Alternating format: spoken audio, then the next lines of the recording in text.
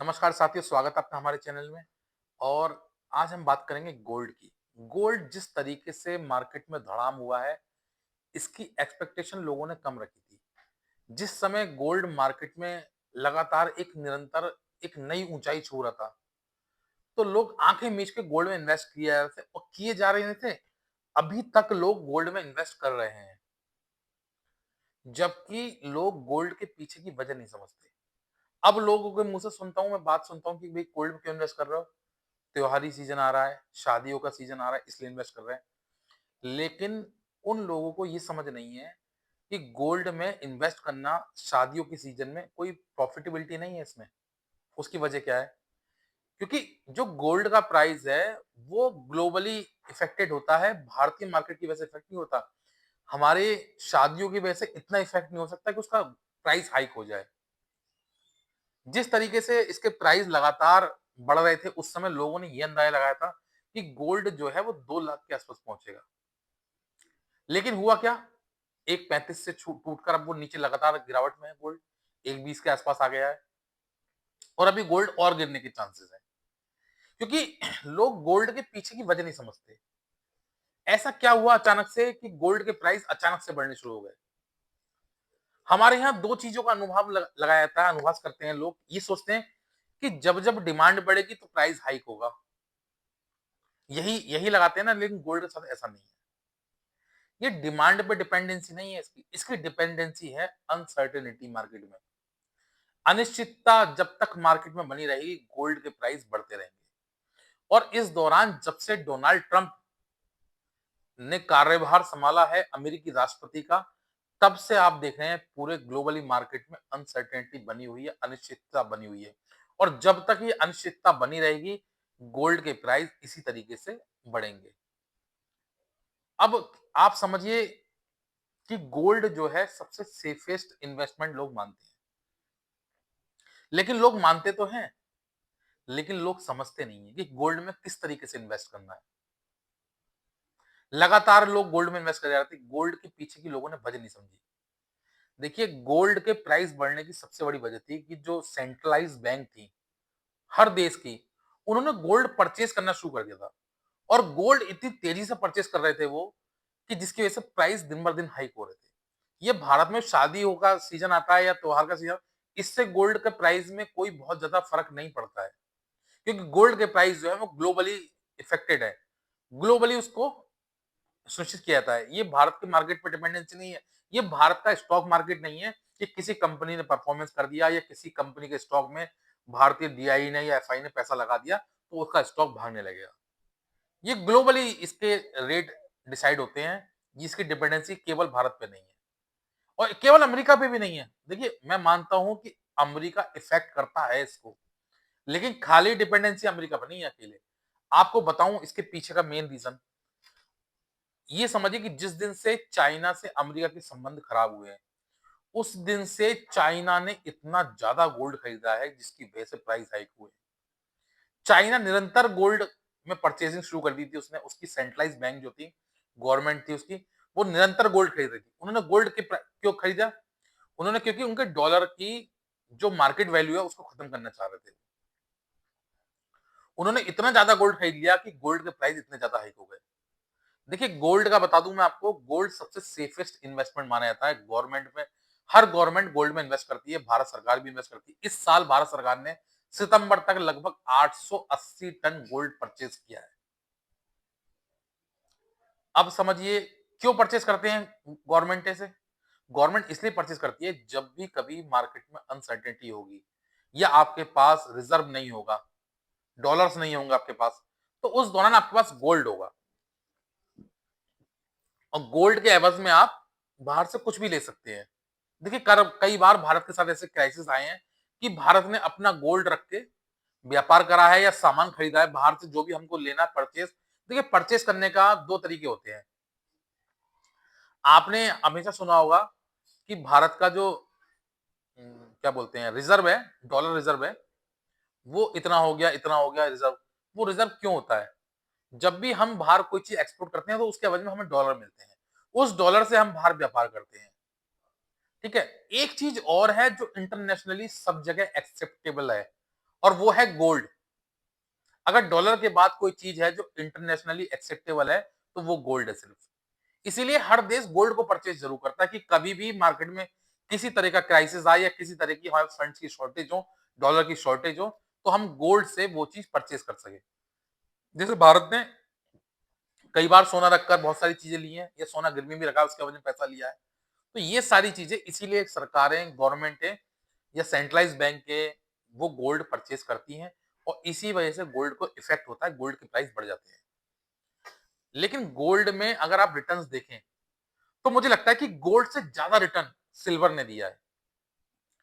Silver को अगर आप देखेंगे तो कई बार सिल्वर ने गोल्ड से ज्यादा रिटर्न दिया है। हाँ, ये अलग बात है कि सिल्वर के साथ एक इंसिडेंस जुड़ा हुआ है, स्कैंडल जुड़ा हुआ है कि कई बार सिल्वर ने ऊपर जाकर बहुत तेजी के साथ नीचे आया है।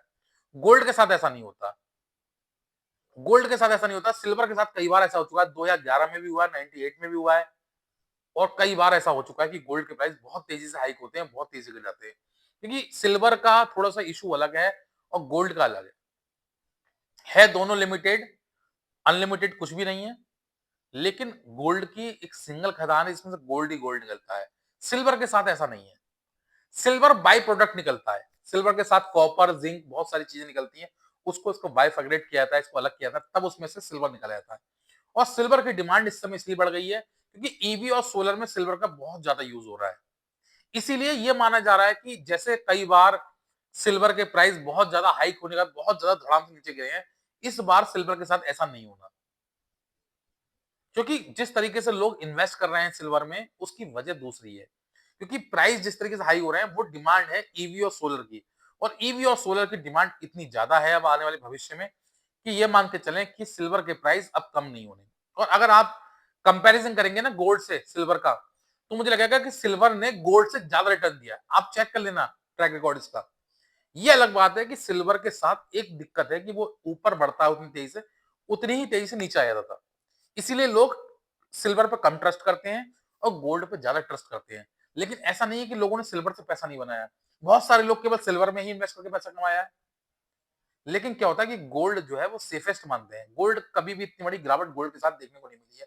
अभी भी आप देखो, बहुत सारे लोग ये अपेक्षा कर रहे हैं जिस तरीके से कि गोल्ड अब टूट के उसी रेट पहुंच जाएगा जिस रेट था, मतलब 78, 79, 80, 90 के आसपास पहुंच जाए। लेकिन मुझे ऐसा लगता है कि ऐसा तो नहीं होगा। हाँ, ये मेरी अपेक्षा है, ये मेरी एक्सपेक्टेशन है कि गोल्ड के जो प्राइस हैं वो लगभग सराउंडिंग 1 से 1.10 के बीच में रहेंगे। अभी गोल्ड थोड़ा और गिरेगा क्योंकि अब जो है चाइना ने गोल्ड का परचेज बंद कर दिया है। अब वो और कामों पर ध्यान दे रही है क्योंकि उसको जो दिखाना था, जिस तरीके से डराना था डोनाल्ड ट्रंप को, वो कर चुके हैं, वो दिखा दिया डोनाल्ड ट्रंप को। तो अब चाइना ने गोल्ड परचेज बंद कर दिया है। उसका बहुत बड़ा इफेक्ट पड़ा है। चाइना ने बिल्कुल हिला के रख दिया था गोल्ड की मार्केट को, और दिखा दिया था अमेरिका को कि हम डॉलर की आपकी बादशाह बिल्कुल खत्म करने वाले हैं। तो ये सारी चीजें इसीलिए हो रही थी। और देखिए गोल्ड का मैं आपको बता दूं, जो लोग गोल्ड में इन्वेस्ट करते हैं, जैसे भारतीय मार्केट में लोग बहुत ज्यादा गोल्ड में इन्वेस्ट करते हैं, लेकिन गोल्ड में इन्वेस्ट करने का लोगों को तरीका नहीं आता। आप ज्वेलरी में इन्वेस्ट करते हैं, ज्वेलरी में पैसा वेस्ट करते हैं आप लोग। अब वो कैसे बताऊं आपको मैं। आपने कोई गोल्ड लिया, मान लीजिए आपने 1 लाख का गोल्ड लिया। अमूमन 1 लाख के गोल्ड पे आपको मेकिंग चार्ज देना पड़ता है 5 से 10%। 5% में बहुत मिनिमम बता रहा हूँ, 5% कोई लेता नहीं है। लोग 7%, 8%, 10% मेकिंग चार्ज ले रहे हैं।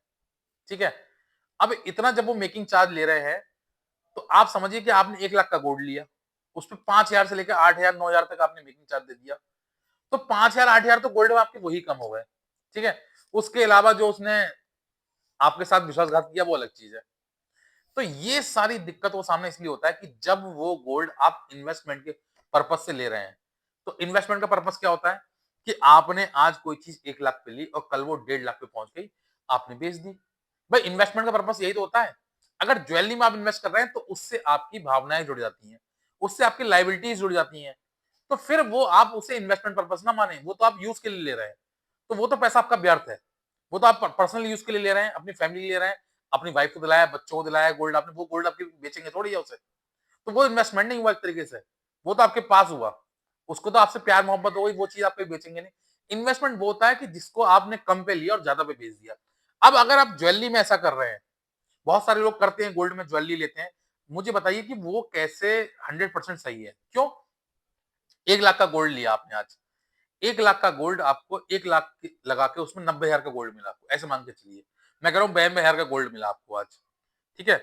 उसके बाद जब वो गोल्ड आप बेचने जाएँगे, तो 92,000 की वैल्यू तो वो उस पे वो 85% या 90% के आसपास वो देगा आपको वैल्यू उसकी। मतलब 10% 10 से 15% उसने काट लिया। तो 92,000 पे 10 से 15% ये हो गया मतलब 13,500 करीब। तो 13,500 और कम कर दीजिए उसमें। मतलब वो बैठा 79,000। मतलब 1 लाख के गोल्ड में आपको 79,000 का माल मिला। अब जब उसे आप बेचने गए, तो ये मान के चलिए कि वो 1 लाख का जो गोल्ड था मतलब 80% गोल्ड था। अब 80% गोल्ड आपका मान लीजिए वो रेट हुआ 1.5 लाख के। तो 1.5 लाख का 80% मान लीजिए तो आप कितना हुआ 1,20,000 मिला। 1,20,000 वो मिला आपको जब वो गोल्ड 1.5 लाख पहुंच गया। और तब तक आप ये मान के चलिए कि इन्फ्लेशन कितना बढ़ जाएगा। अगर गोल्ड आज 1 लाख का है, कल 1.5 लाख का होगा, तो 1.5 लाख तक पहुंचने तक इन्फ्लेशन कितना बढ़ जाएगा। आप वेरिएशन देखेंगे तो इन्फ्लेशन उससे ज्यादा निकल चुका होगा उससे आगे। गोल्ड का कोई आपको फायदा नहीं होगा इन्वेस्टमेंट करने का। इसीलिए जब भी कहते हैं कि गोल्ड में इन्वेस्ट करें, तो 24 कैरेट में इन्वेस्ट करें और ज्वेलरी में इन्वेस्ट करके ठोस में इन्वेस्ट करें। या गोल्ड के ईटीएफ ले आप, वो ज्यादा बढ़िया सेफ हैंड है। गोल्ड की ब्रिक्स लें आप, ब्रिक्स में क्योंकि उसमें कोई मेकिंग चार्ज नहीं है, गोल्ड का ही पैसा देना है आपको। इन चीजों में इन्वेस्ट करें।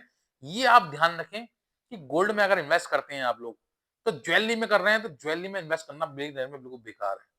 कई बार लोग गोल्ड में इन्वेस्ट करके ज्वेलरी में इन्वेस्ट करते हैं, वो व्यर्थ है आपका पैसा, क्योंकि उसमें सारा पैसा जो है वो गोल्ड स्मिथ का ही है। हर तरह से घुमा के वो पैसा सुनार का है। तो ये आप मान के चले कि अगर आपने 2 बार उसे आपने बेच लिया तो वो सब खत्म है, जीरो है। तो ये आप ध्यान रखें कि गोल्ड में अगर आपको इन्वेस्ट करना है तो किस तरीके से इन्वेस्ट करना है। इस टाइप की अनसर्टेनिटी गोल्ड के साथ हमेशा बनी रहेगी, क्योंकि ग्लोबली अभी थोड़ा सा मामला ठंडा हो गया है, लेकिन भविष्य में ये कैसे मान के चलें कि डोनाल्ड ट्रंप शांत रहेंगे। उसकी वजह क्या है कि डोनाल्ड ट्रंप का कुछ नहीं पता, आज ये कर दे कल को वो कर दे। जैसे उन्होंने देखा आपने कनाडा के कोई उनको विज्ञापन बुरा लग गया, उन्होंने कहा मुझे कनाडा का विज्ञापन बुरा लग गया, मुझे कनाडा से कोई बात नहीं करनी। अब आज से कनाडा पे टैरिफ शुरू, कल को चाइना की कोई बात बुरी लग गई, मुझे चाइना पे टैरिफ शुरू।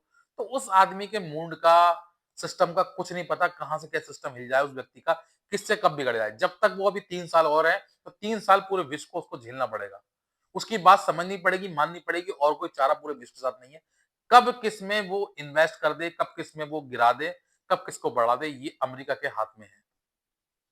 फुल डिपेंडेंसी नहीं है, लेकिन काफी हद तक निर्भरता जो है वो अमेरिकी मार्केट पे, हमारे देश का क्या पूरे विश्व का बना हुआ है। जिस मार्केट को चाहे वो हिला देता है। आपने देखा क्रिप्टो को, जब से डोनाल्ड ट्रंप आए हैं, क्रिप्टो को कितनी तेजी के साथ बढ़ाया उन्होंने। और ये सिर्फ डोनाल्ड ट्रंप के ही इन्वेस्टमेंट का प्लान था कि क्रिप्टो इतनी तेजी से भागा है। लेकिन क्रिप्टो के साथ मैं क्या बता चुका हूं कि क्रिप्टो से बड़ा बच के रहें, सेफ इन्वेस्टमेंट करें। क्योंकि अगर आपके पास अंधाधुंध पैसा है तो कहीं भी इन्वेस्ट कर सकते हैं, लेकिन आपके पास नंबर 1 का पैसा है और ईमानदारी से कमाया हुआ, जिसके जाने से आपको डर होगा, दर्द होगा, तो मैं ये मानता हूं कि ऐसी जगह इन्वेस्ट करें जहां रिटर्न तो कम मिले, लेकिन पॉसिबिलिटी जाने की कम हो, ना के बराबर हो। 100% गारंटी तो कोई नहीं ले सकता, लेकिन मैं मानता हूँ कि ना के बराबर हो, लायबिलिटीज ज्यादा हो उस पे, कि हाँ ये नहीं जाएगा, एसेट्स इसके हमारे पास रहेंगे। तो ये आप ध्यान रखें, ऐसी चीजों में इन्वेस्ट करें। अगर गोल्ड पे आपको भरोसा है तो गोल्ड में इन्वेस्ट करें, लेकिन मुझे लगता है कि ठोस में इन्वेस्ट करें। ज्वेलरी इन्वेस्ट करना इन्वेस्टमेंट पर्पज से बता रहा हूँ मैं। अगर आप यूज के लिए ले रहे हैं तो कोई दिक्कत नहीं है, कहीं भी करें। लेकिन मुझे लगता है कि शायद गोल्ड में करते हैं तो आप ये मान के चलें कि ठोस में करें, तभी आपको इन्वेस्टमेंट से वो रिटर्न मिल सकता है। वरना तो आप अलट पलट में ही मारे जाएंगे, कुछ नहीं मिलने वाला आपको। तो बताना आपको कैसा लगा कि गोल्ड में जो मैंने आपको अपनी राय दी, वो आप मेरी राय से कितने वाकिफ हैं। मतलब क्या आपको सही लगता है कि ऐसा होना चाहिए, या ऐसा है गोल्ड में इसी तरीके से लोग इन्वेस्ट करते हैं। तो फिलहाल के लिए तो इतना ही। आप बताना आपको मेरी वीडियो अच्छी लगी हो। अगर अगर वीडियो अच्छी लगी हो, पसंद आई हो, तो वीडियो को लाइक करना, शेयर करना और चैनल को सब्सक्राइब जरूर करना जरूर भूलना। Thank you.